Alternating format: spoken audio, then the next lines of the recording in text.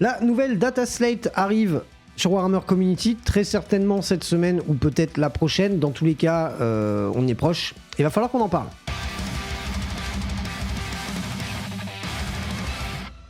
Dans cette vidéo, je vais faire un petit peu le tour des rumeurs qu'on a entendues par rapport à cette nouvelle data slate. Est-ce que c'est des rumeurs? Est-ce que c'est des wishlists? Il y a des choses qui sont assez pas crédibles, si je puis dire, d'autres qui sont assez legit. Donc très certainement que c'est une wishlist. Je suis pas complètement sûr que c'était quelque chose d'avéré, mais bon, parfois certains leaks se finissent par devenir vrais, donc ça m'étonnerait pas non plus que en fait ça soit complètement légit. Ce qui a tourné sur internet par rapport à cette prochaine data slate, c'est qu'éventuellement l'armée Votann serait réécrite, du moins la règle d'armée Votann serait réécrite, ce qui me semble en soi pas déconnant. J'ai pas l'impression qu'on voit énormément de Votann à l'heure actuelle dans le paysage de Warhammer 40 000 et notamment le compétitif. J'ai pas l'impression qu'il soit non plus complètement à la rue en termes de win rate, hein, mais je pense que l'armée est pas énormément jouée et donc ça m'étonnerait pas. En tout cas, je serais pas du tout étonné que l'armée Votann soit réécrite. On pourrait en fait directement dès le début de la partie mettre 2 tokens de jugement sur une unité ennemie, ce qui est très très fort, hein, parce que ça fait reroll touche, reroll bless, ou plus un touche, plus un blé. L'un ou l'autre, enfin dans tous les cas c'est un bonus qui est très très fort, donc ça ce serait plutôt pas mal. Ce qu'on a entendu, lu, mais dont je suis vraiment pas sûr, c'est un nerf de l'Eldar. Le codex vient de sortir, donc c'est assez difficile de vraiment l'évaluer. Il paraît fort, mais en fait il paraît fort, c'est pas tous les détachements, c'est pas toutes les unités sont quand même de base assez chères, donc il semblerait que certaines unités prendraient 10 points par-ci, 10 points par-là, du style les dragons de feu, du style les Dark Reapers. Azurmen apparemment serait nerfé au niveau de sa règle spéciale une fois par partie qui lui donnait un petit infanterie 3+, ça serait passé apparemment sur du 5+, et pareil les Vengeurs seraient apparemment nerfés en termes de coups en points. Je suis pas sûr de l'information, puisque est-ce qu'on a assez de recul sur le jeu pour vraiment pouvoir affirmer que le codex Eldar a besoin d'un nerf? Alors certaines combos sont très très fortes, maintenant l'Eldar il se contre, parce que c'est de l'Eldar, hein, une fois que tu l'as attrapé, tu le défonces. Donc, comme c'est une armée qui déjà coûte un petit peu cher, généralement, enfin je vois les listes, en fait, on se rend compte qu'on n'a pas énormément de figurines sur la table. Est-ce que ça serait vraiment judicieux de la part de Games Workshop de nerfer ces unités, notamment sur les coups en points? Est-ce que ça serait pas plutôt les règles qu'il faudrait revoir en elles-mêmes plutôt que les coups en points? À voir. En tout cas, c'est pas avéré, donc on verra ce que Games va nous sortir là-dessus. Apparemment, les orques gagneraient un nouveau détachement. Je vous avoue que sur cette info-là, je suis plutôt mitigé dans le sens où est-ce que l'orque a vraiment besoin d'un nouveau détachement?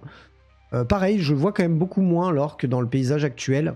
Alors, est-ce que ça serait un détachement juste pour essayer de les remettre un petit peu au goût du jour, plus que pour les améliorer en soi? Il y a pas mal de détachements assez intéressants. Le Dreadmob est rigolo.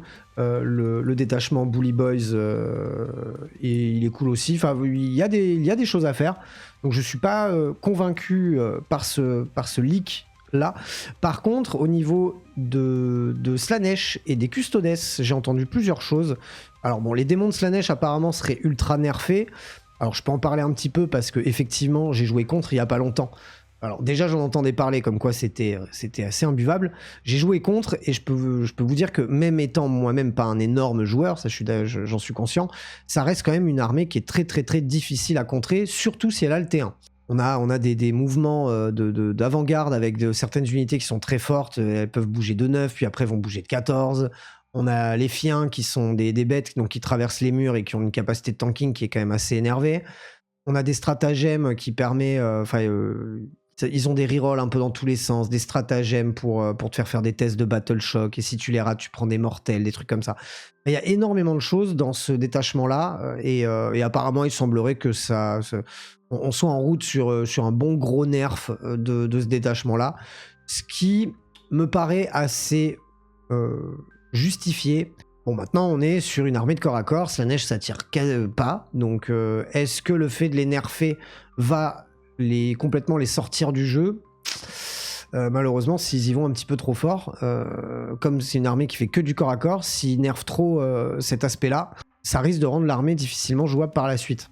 Après, côté custo, il semblerait... Alors, le custo est plutôt pas mal en ce moment au niveau du win rate et tout, ce qui ne m'étonne pas vraiment parce que le détachement de Noël et le détachement de véhicules là, de Noël sorti est vraiment pas mal. Les unités sont très tanky, donc ont tendance à pouvoir bien garder les objectifs. Elles ont une certaine forme de létalité, mine de rien, même si ça tue pas tout et n'importe quoi. Les Wardens sont très forts et surtout très tanky, puisqu'une fois par partie, on peut déverrouiller un Feel No Pain en plus de leur invulnérable de base, de leurs nombreux points de vie et de leur endurance. Donc ça en fait des unités plots très fortes et très dures à descendre. C'est peut-être une des unités, je pense, les plus dures à descendre dans le jeu. Donc pas évident. Il semblerait qu'il y aura un nerf des coups en point sur le Custodes. À voir si ça se vérifie. Apparemment une réécriture peut-être du détachement personnage, ce que je trouverais pas bête en soi, parce qu'il est pas terrible ce détachement dans le codex Custodes. Maintenant peut-être qu'une réaugmentation des points. Alors le Custodes, les gars, Games Workshop n'y arrive pas. Hein. Games Workshop n'y arrive pas, ça fait quelques années j'ai l'impression qu'il n'y arrive pas. Parce que en fait, le custo, il le baisse, il le rebaisse, il le rebaisse, puis il l'augmente, puis il le rebaisse. Puis finalement, non, en fait, les effectifs des unités, ça va pas. Les Custodian Guard par 10, c'est plus possible, c'est trop pété, donc on les met à 5 maximum. On nerf les effectifs, on nerf les effectifs des motos. Les motos deviennent injouables depuis j'ai l'impression qu'elles sont plus jouables depuis des années, tellement j'en vois plus. Alors qu'avant, c'était le must-have dans quasiment toutes les armées Custodes. Là, le Custodes, je suis pas sûr qu'il ait besoin d'un méga nerf.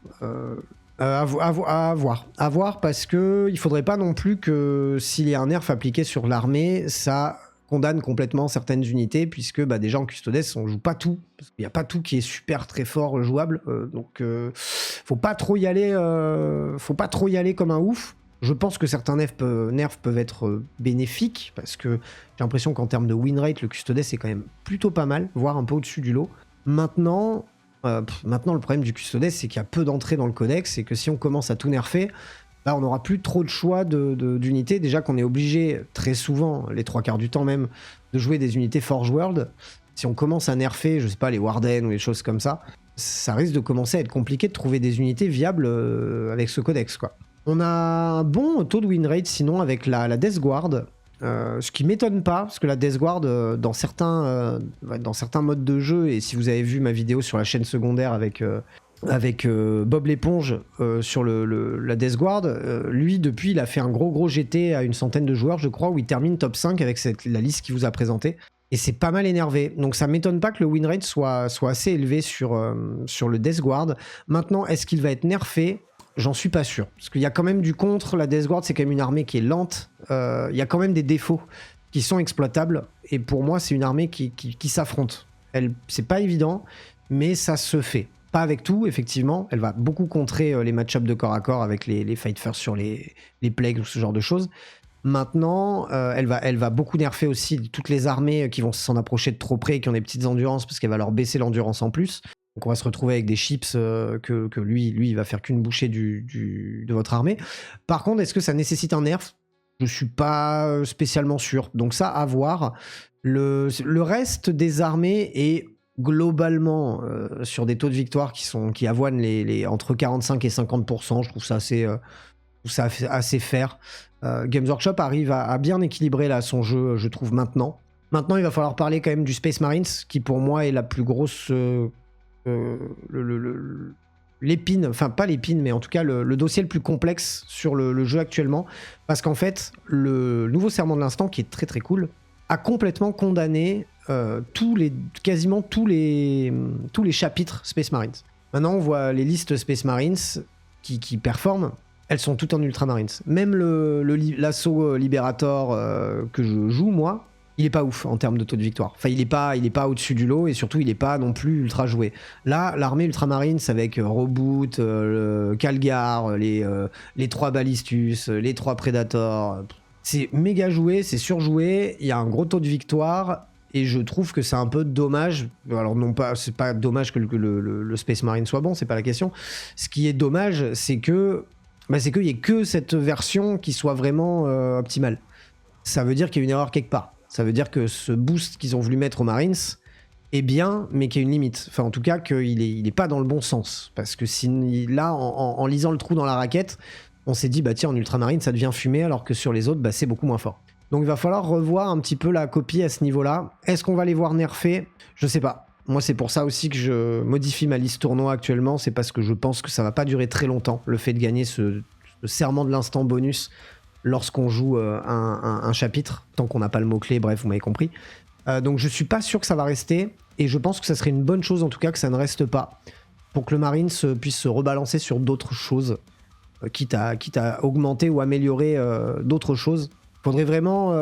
parce que là, la volonté de Games, ça avait été de mettre en avant le Marines Vanille, le Space Marines classique, pour dire grosso modo aux joueurs, bah les gars, peignez vos Marines comme vous voulez, vous allez pouvoir les jouer, ça sera très cool. Le problème, c'est que ça a été raté, parce que du coup, maintenant, tout le monde fait de l'Ultramarines. Et en soi, moi, j'ai pas de problème avec ça, je trouve la liste très très cool, mais malheureusement, on ne voit que ça. Donc c'est un petit peu dommage, je trouve que ça limite un petit peu.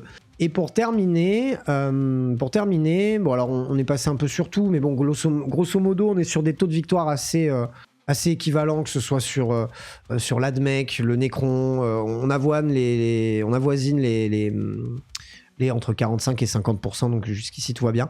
Par contre, j'ai vu un taux de victoire qui m'a un peu étonné hier, c'est celui des Chevaliers Impériaux, qui est assez élevé, et j'ai trouvé ça assez bizarre. Alors, je pense que le Chevalier Impérial, le problème, c'est le match-up, c'est que dès que tu tombes contre une armée qui n'a pas nécessairement énormément d'anti-chars, si tu joues qu'une armée, j'ai vu les listes en plus, c'est 14 ou 15, je crois, petits, un truc comme ça. Donc effectivement, faut de la puissance de feu, enfin faut du moins, il va falloir des solutions anti-chars si on joue contre, parce qu'il faut sortir 11 véhicules. 11 véhicules qui plus est, qui sont quand même pas évidents à sortir. Donc faut se lever tôt, mais j'avoue que je pensais pas que c'était aussi performant que ça. Très certainement dû au fait que les petits sur les objets ont quand même pas mal dossé, qu'il n'y a pas aucun gros qui est joué, donc mine de rien, les petits sont plus facilement cachables, on peut plus facilement les déplacer sur le champ de bataille, ce qui me paraît assez logique compte tenu de la version et de la présence des décors sur les tables. On a compris que les gros engins, c'est compliqué de les déplacer. Justement, je parlais l'autre jour du Land Raider qu'on trouvait sympa chez les Emperor Children, mais en fait le Land Raider, le problème c'est que oui, aux États-Unis, sur un match-up avec leurs normes où il y a moins de décors que chez nous et où ils les placent eux-mêmes, ça va pas être la même que sur un décor WTC chez nous où il y a 14 bloquants sur la table ultra rapprochés, et pour déplacer et manœuvrer ton Land Raider, c'est un enfer. Plus il se prend les deux pas de pivot, enfin bref, compliqué.